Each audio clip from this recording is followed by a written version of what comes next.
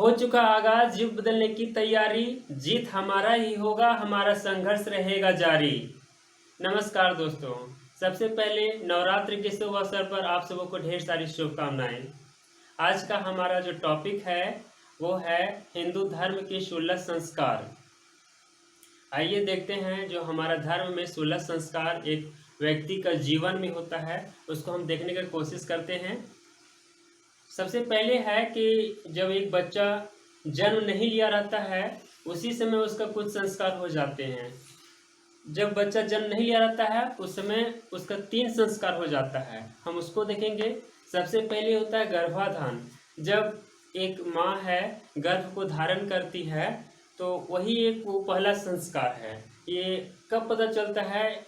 ऐसे बोला जाता है या मूवी में या फिर कहावत में है कि जब है कि एक स्त्री को कुछ खट्टा खाने का मन करता है, उल्टी जैसा लगता है, तो हम लोग मान लेते हैं कि वो है सो गर्भ धारण कर ली है, तो उस समय एक संस्कार किया जाता है, तो वो है गर्भाधान संस्कार।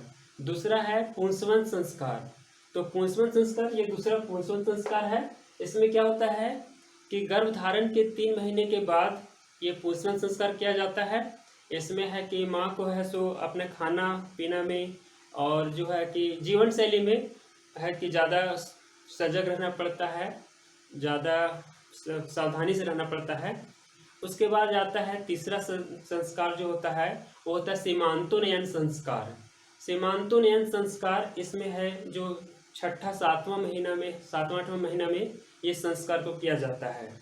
इसमें क्या है, कभी कभी हो जाता है कि बच्चा 7 महीने में ही जन्म ले लेता है, तो सीमांतोन्नयन संस्कार में या फिर कभी होता है कि जो गर्भ में जो बच्चा रहता है गर्भपात हो जाता है, तो इन सभी दोषों से मुक्ति के लिए या बच्चा 7 महीने में ना जन्म ले ले या फिर वो जो गर्भपात ना हो जाए, इसकी रक्षा के लिए है कि सीमांतोन्नयन संस्कार किया जाता है। यानी हम एक सीमा बना दे रहे हैं कि 9 महीना तक उसको गर्भ में ही रहना है, तो उसे हम रिलेट कर सकते हैं। सीमांत यानी 3 अक्षर लेंगे, आधा नग छोड़ दें, सीमांत।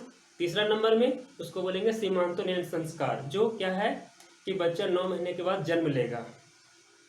चौथा संस्कार होता है, ये 3 संस्कार देखें, जो पहला है गर्भाधान संस्कार, दूसरा है पुंसवन संस्कार और तीसरा है सीमांतोन्नयन संस्कार। ये तीनों संस्कार जो थे वो बच्चा को जन्म लेने से पहले हो चुके थे। बच्चा को जन्म लेने के बाद जो पहला संस्कार होता है वो होता है जात कर्म संस्कार। तो जात कर्म संस्कार में क्या होता है, जब बच्चा जन्म लेता है तो उसको है सो शहद यानी मधु और घी, ये दोनों है सो उसको चटाया जाता है। उसके बाद बच्चे को स्तनपान कराया जाता है। हम लोग बहुत अच्छा से जान चुके हैं कि जो स्तनपान कराया जाता है उसको क्या बोला जाता है। जो गाढ़ा पीला दूध होता है उसको हम लोग को पता है, उसको कोलेस्ट्रम बोलते हैं। आगे जो 5वां संस्कार है वो है नामकरण संस्कार। क्योंकि जो बच्चा जन्म लेता है तो उस समय का जो नक्षत्र है, ग्रह है, उस आधार पर है सो बच्चे का नामकरण किया जाता है। तो नामकरण में जो होता है, जो पंडित जी सब जो पत्रा देखते हैं तो उसमें जो पहला लेटर होता है उसी के आधार पर है सो नाम रखा जाता है। एक्चुअली होता है कि हमारा नामकरण में 12 राशि होता है, तो 12 राशि में से कुछ जो वर्ड है पहला लेटर से हम कुछ भी नाम दे सकते हैं, बस बशर्ते जो पहला अक्षर है वो वही होना चाहिए जो वहाँ देखा जाता है। नक्षत्र को मिला करके जो पंडित जी बताते हैं उस आधार पर है सो हम नामकरण करते हैं। तो ये जो है नामकरण संस्कार ये 5वां नंबर का था। 6ठा नंबर में जो संस्कार है वो है निष्क्रमण संस्कार। निष्क्रमण संस्कार का मतलब बच्चे को घर से बाहर निकाला जाता है, उसको सूर्य की रोशनी पड़ती है, इसके साथ ही बाहरी वातावरण में वो है सो एडजस्ट करता है, तो इसको बोलते हैं निष्क्रमण संस्कार। मतलब घर से बाहर निकालना, उसको बोला जाता है निष्क्रमण। जो कंपटीशन का जो छात्र हैं वो जानते हैं कि जब गौतम बुद्ध भगवान घर को त्याग दिए थे तो उसको बोला गया था महाभिनिष्क्रमण। हम वहाँ से रिलेट कर सकते हैं कि यहाँ क्या है, 6ठा नंबर का है, मतलब छोड़ रहा है।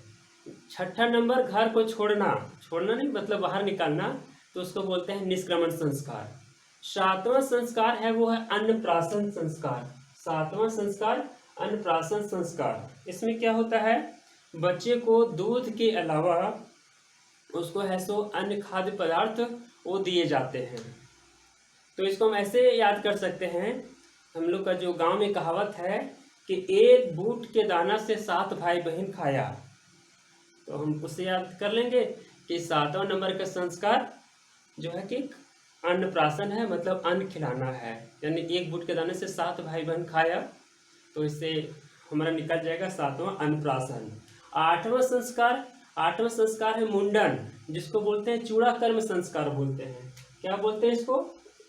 चूड़ा कर्म संस्कार बोलते हैं। इसमें क्या होता है कि उसके बाल को छिलाया जाता है, ऐसा इसलिए ताकि उसका है कि मानसिक शारीरिक विकास और बेहतर हो सके, इसलिए किया जाता है। इसको याद कैसे कर सकते हैं? 8 ऊपर से गिरा काठ गिरा, लग गया चोट। अब चोट लग गया तो डॉक्टर बोल दिया कि इसको ट्रीटमेंट करना, इलाज करना है, इसलिए माथा को छीलना पड़ गया। तो हम ऐसे याद कर सकते हैं कि 8वां में मुंडन, चूड़ा कर्म संस्कार। 9वां में आ जाता है मेरा विद्यारंभ संस्कार। विद्यारंभ संस्कार क्या है? इसमें जो बच्चा को छोटी छोटी चीज़ों को सिखाया जाता है। ये कहाँ सीखता है छोटी छोटी चीज़? वो अपना घर में ही सीखता है। इसीलिए जो बोला जाता है कि जो घर होता है वो बच्चे के लिए पहला पाठशाला होता है, और जो माँ होती है उस बच्चे की पहला शिक्षक होती है।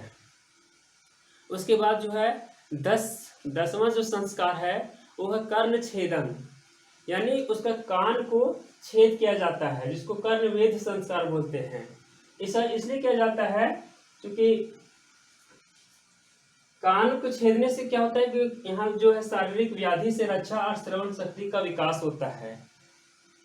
इसीलिए जो है कि कर्णवेधन संस्कार ये जो हमारा है वो 10वां नंबर का संस्कार है। उसके बाद आ जाता है जो 11 नंबर का संस्कार है वो है यज्ञोपवीत संस्कार। यज्ञोपवीत संस्कार में होता है, अब बच्चा को जो है कि पहले जो होता था कि हम गुरुकुल में भेजते थे, यज्ञोपवीत संस्कार के बाद उसमें क्या होता था कि बच्चे को अध्यात्म की शिक्षा दी जाती है, और उसके साथ ही है कि जो इसको बोल सकते हैं जो जनेऊ धारण है उसका महत्व को बताया जाता है। ये किसमें आ रहा है? 11 में यज्ञोपवीत संस्कार। एक्चुअली में जो जनेऊ है तो हम देखते हैं कि जनेऊ को लोग पहनते हैं, और जब कभी लघु शंका में जाते हैं, शौच में जाते हैं, तो जनेऊ को है सो कान में लपेट लेते हैं।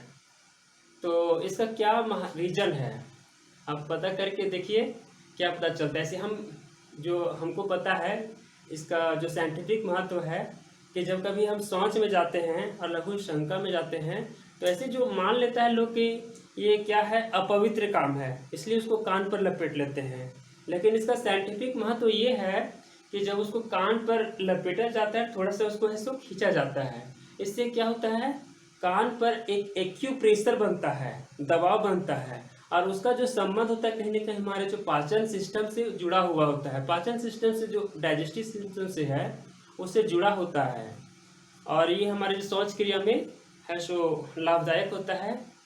इसीलिए है सो ये जनेऊ का जो कान पर चढ़ाया जाता है। इसका और भी जो है जनेऊ पहनने का और भी महत्व है, लेकिन उस पर अभी हम जिक्र न करके जो कान पर लपेटा जा रहा था उसको अभी हम देख रहे हैं।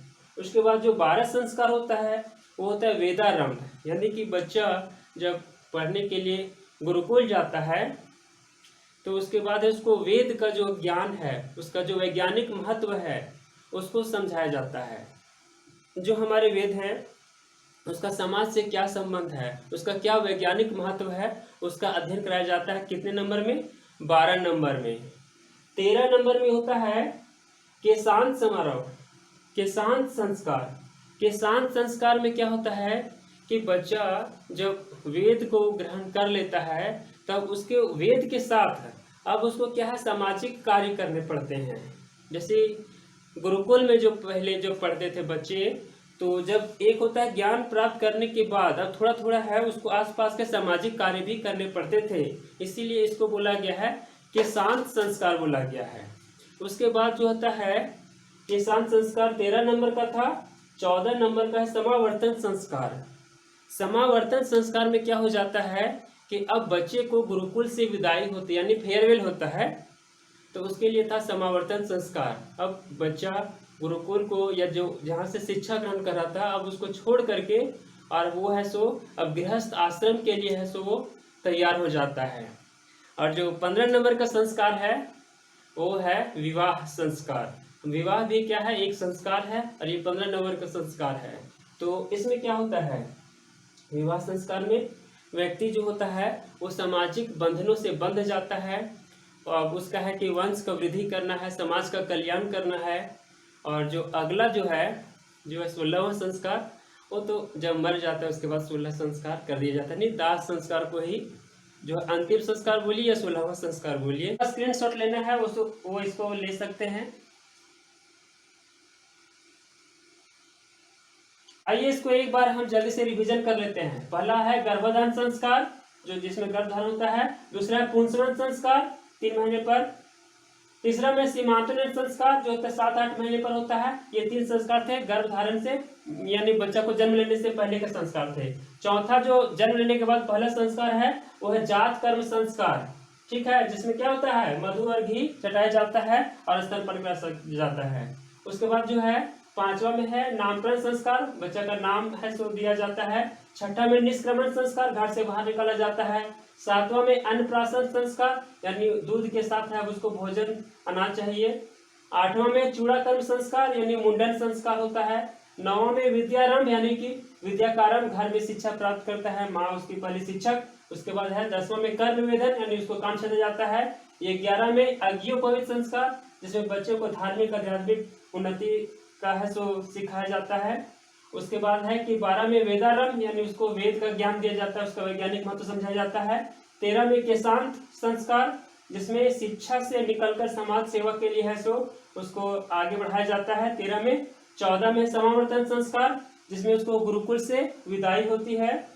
और उसके बाद है 15 में है विवाह संस्कार, उसका है कि सामाजिक बंधनों से वो बनता है, उसका विवाह होता है, वंश वृद्धि करना है, समाज कल्याण करना है। और 16 में अंत्येष्टि संस्कार, अंतिम संस्कार जो मरने के बाद होता है।